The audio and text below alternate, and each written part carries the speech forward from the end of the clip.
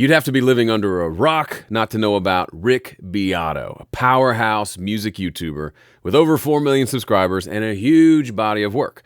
Rick posted a video recently where he made the following claim. Creativity begins to fade at age 30. I'm 40, Rick's in his 60s, and most of my subscribers are middle-aged dudes, so I think we need to talk about this. If you're a musician over 30, are you screwed? Should you quit? Today I want to dive into Rick's video, see what we can uncover, see what I agree and disagree with, and at the end of the video I want to share with you this incredible quote that I found from another musician that knocked my socks off. Okay, so creativity begins to fade at age 30. That's the premise. Rick goes on to give lots of evidence to support his theory. The Beatles broke up before any of them turned 30, not to mention Jimmy Page was 25 and Plant was 21 when Zeppelin 4 came out. The Stones, when Exile on Main Street came out, Mick was 27, so was Keith. Black Sabbath, Ozzy Osbourne 22 and Tony Iommi was also 22 when they released Paranoid in 1970. Dark Side of the Moon, David Gilmour 28, Roger Waters 30. The Who, Townsend was 24 and so was Daltrey when Tommy came out. Queen, Night at the Opera, Freddie was 29, Brian May was 28. Springsteen was 25, Born to Run. Michael Jackson, 24 when Thriller was released. Prince was 26 when Purple Rain was released. Whitney Houston was 22 when her debut record was released. Kurt Cobain was 24 when Nevermind came out. Beyonce was 22 when Dangerously in Love came out. Adele was 22 when 21 came out. all these musicians released their best work in their 20s. Are there exceptions to the rule? Of course. And Rick does make mention of these with a few examples. For me, I think about people like Bill Withers, who won a Grammy for Ain't No Sunshine at age 33. Butch Vig produced Nevermind when he was 36. Or Chris Stapleton, who rose to stardom at age 37. So the question is, why do most musicians seemingly peak in their 20s? Rick explains that there are two types of intelligence that could be the key to figuring all this out. Fluid intelligence and crystallized intelligence. Here's the definition. Fluid intelligence is the ability to reason and solve new problems independently of previously acquired knowledge. Its characteristics: abstract thinking, problem solving, and pattern recognition. It's considered innate and not heavily dependent on education or experience. It peaks in early adulthood and tends to decline with age. And crystallized intelligence is defined as the accumulation of knowledge, facts, and skills acquired throughout life. What I do here is, I would say, a combination of both, but mainly crystallized intelligence. These are things that I've developed over a lifetime of experience. Characteristics: relies on accessing information from long-term memory, is influenced by educational and cultural experiences, and can continue to grow and improve with age as more knowledge and experience are acquired. Interesting. He goes on to give examples of classical composers like Bach and Beethoven, who composed their greatest works later in life, or jazz musicians like Miles Davis, who released their best work in their 30s. Hey, I hope you're enjoying the video so far. We'll get back to it in just a moment. If you like what you see here, please be sure to like and subscribe. And I got a question for you. Have you ever been in the middle of a recording session?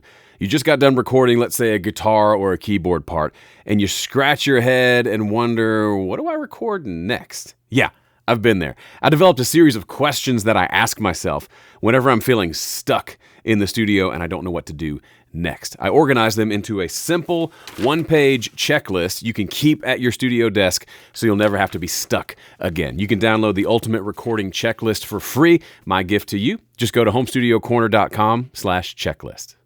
All right, back to the video. So which one is it? Do musicians peak in their 20s or do they peak later in life? I think the answer might be both.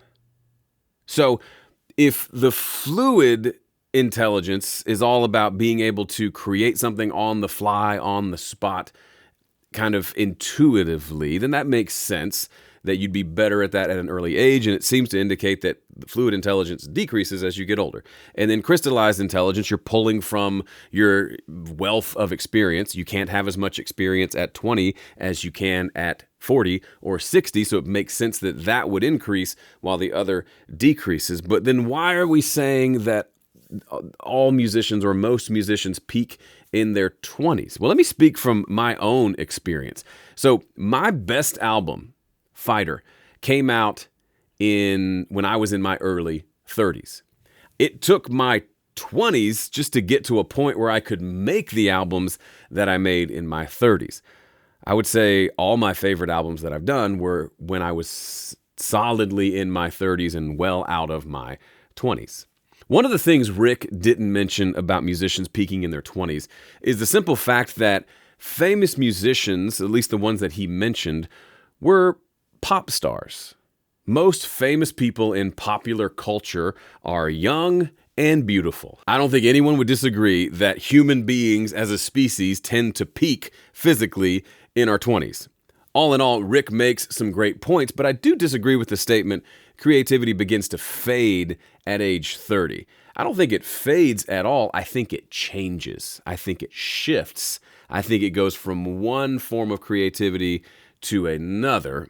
And Rick said so himself. Well, what does it mean for people that are my age, 62? Well, you have a lifetime of experience to draw upon. So you should be equally as creative, if not more creative, than younger people. The problem is being able to come up with things on the spot. And this is where the young brain has such an advantage. When I think of my own musical journey, there aren't many skills that I had in my 20s that I don't have now. I don't feel like I've lost anything. If anything, I have more skills now than I had in my 20s. I'm a better guitarist, better singer, better songwriter, a better producer, and a better engineer today at 40 than I was at 25. And I fully expect to achieve new levels of awesomeness at 50 that I don't have now. Will I lose some abilities along the way? I suppose. But I'm on a lifelong journey of building a body of work. And every piece of music that I produce is another snapshot of my journey, another page in the scrapbook. As promised, here's a quote I heard from longtime musician and wife of Vince Gill, Amy Grant. She and Vince did an interview recently where she talked about having to recover from a bicycle accident. She had to relearn how to sing and everything. Here was her response to a question of how she's doing now in her recovery. I think it's just been, for me, a lesson in being patient with myself. And I just kept saying the phrase, and now I say to everybody, we're right on time. Mm-hmm. Wherever you are in life, you're right on time. Yeah. And just trust it. Right on time. I love that. It gives me goosebumps. If you're not putting pages in your musical scrapbook, meaning if you're not releasing music, make a decision today to change that. Whether you're 65 or 15, you're exactly where you're supposed to be. And you can make a choice today to take a step towards making that next piece of music. And I hope you will. All right, that's it for this video. If you liked this, you can check out this video. It talks about a cool story about something I did with my songwriting that changed my songwriting forever. Enjoy. Thanks for watching. See ya.